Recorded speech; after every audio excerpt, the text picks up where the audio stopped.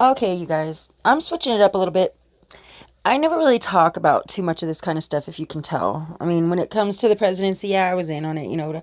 But I'm not really too much into the politics and what's going on across the world. And because the thing about it is that my personal opinions on this can offend some people. You know what I'm saying?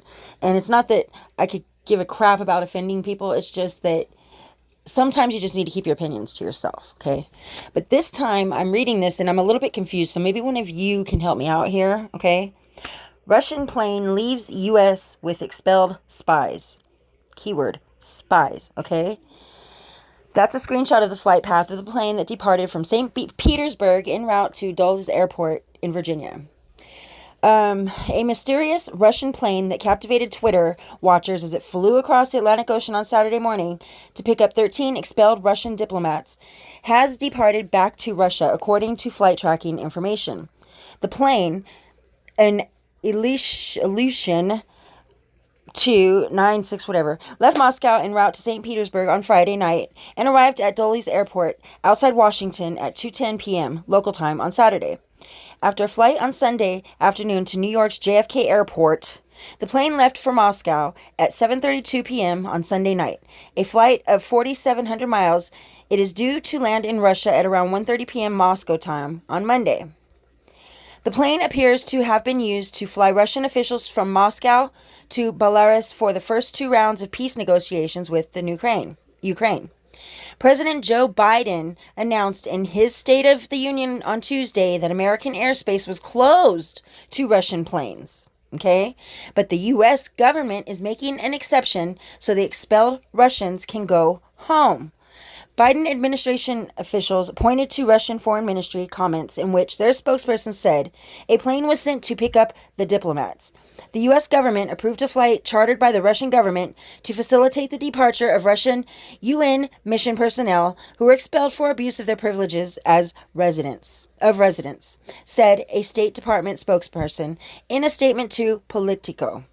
This special exception was done in accordance with federal regulations to ensure Russian mission personnel and their families departed by the date we had instructed. Excuse me. Oh, so my bad. Hold on. On February 28th, the U.S. mission to the United Nations announced it was expelling the diplomats, which it accused of spying on the United States. Okay, so they are releasing all these spies. We are beginning the process of expelling 12 intelligence operatives from the Russian mission who have abused their privileges of residency in the United States by engaging in espionage activities that are adverse to our national security, the mission said at the time in a statement, noting the move had been in development for several months.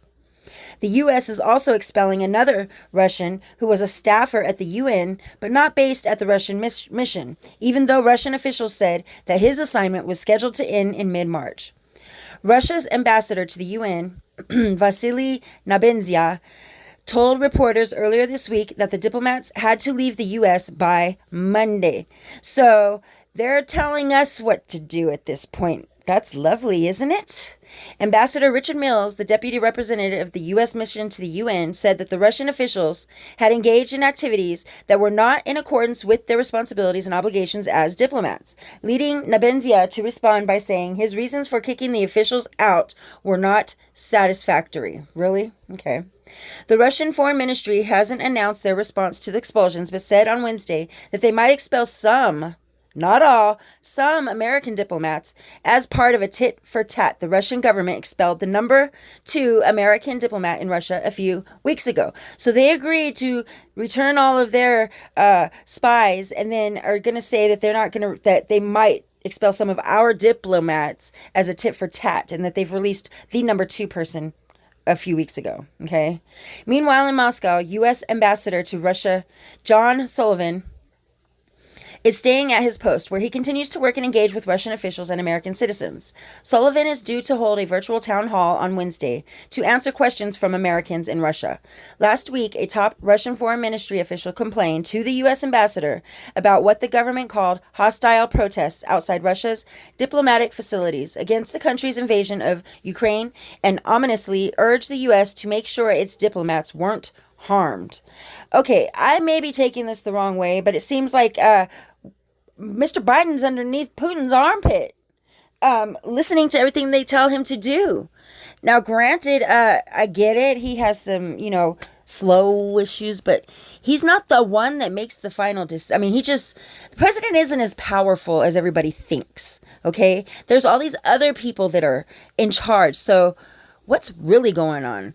Is our country got these people that are willing to just bow down to the master and do what people say? Are they that scared of Russia? The thing is that they haven't cut off the oil supply. We don't need their oil.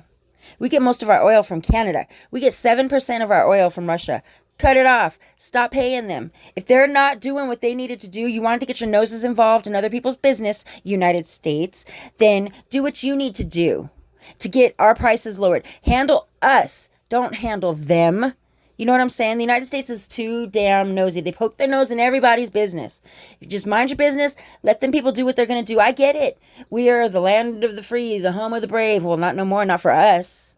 While they're trying to free all these other people. Okay? So, this is just my opinion. Yes, I'm speaking on it. And maybe I'm wrong. Maybe I'm right. I don't know. Somebody correct me if I'm taking this the wrong way. But that's how I feel about it. And I think it's wrong. Straight up wrong. They made a deal with Russia to release these people without making a deal to release our people. Come on now. Common sense. Hello. Wow. I don't know. Trump wouldn't have let this happen. Damn sure wouldn't have let this happen. Actually, they wouldn't even be at war right now out there. You know what I'm saying? So regardless, I spoke on it. I'm very passionate about this. So let me know what you guys are thinking. And if I'm wrong, let me know. I'll talk to you later. Peace.